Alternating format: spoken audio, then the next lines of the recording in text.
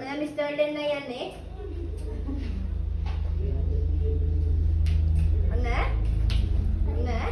කයි දෙකයි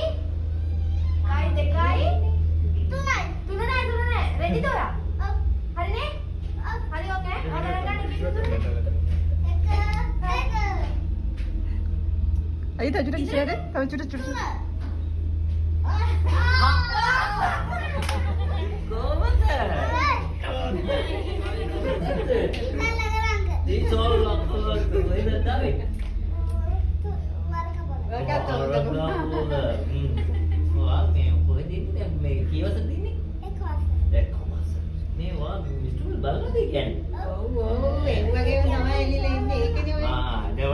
මගේ අර ලැගේජ් එකේ හැංගිලා ගියා කිව්වට. අර පාපුවන් ලැගේජ් එකේ තියෙන්නේ.